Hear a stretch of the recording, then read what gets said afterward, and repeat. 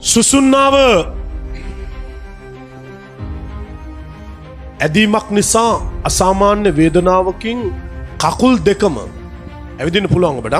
කකුල් දෙකම අධික රිදෙන කොන්ද නමාගන්නට අපහසු කෙනා සුසුන්නාව ඇදීමකින්.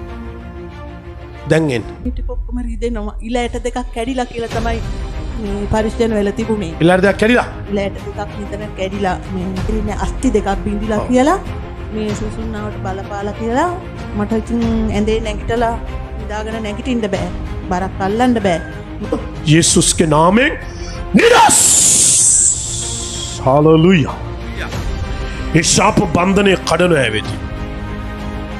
ඒ ශාපේ නිදහස් කරන ඇවෙති.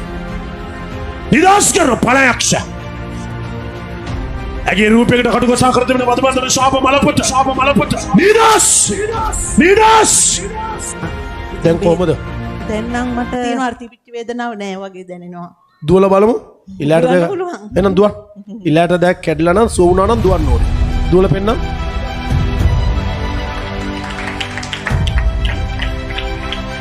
වයිසලෝ. ඔයාගේ ඉලයට කැඩුණු බවට රිපෝට්ස් ගෙදර තියෙනවද? ගෙදර තියෙනවා. නෑ මෙතන තියෙනවා. කොගෙන්? ඉලයට දෙකක් කැඩුණා කියලා නැත්තම් ඔබ කියයි අපි කියෙව්වා කියලා. ඔයා හොඳ වෙලාවට රිපෝට් අරන් ඇවිල්ලා. රයිට් බලමු. ඉලයට කැඩුණා කියලා තියෙනවද කියලා. Price the Lord. ඇද වෙලක් තියෙනවා.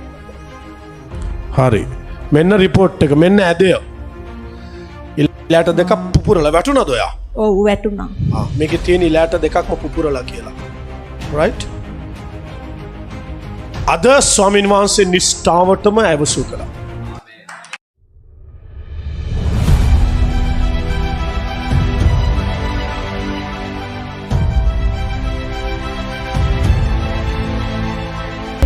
දිව්‍ය සුව කිරීමේ දේව මෙහෙයන් සෑම සෙනසුරාදා දිනකම උදෑසන 9:30 සිටත් සෑම ඉරු දිනකම සවස 3:30 සිටත් පැවැත්වේ. විමසී. ස්ථානය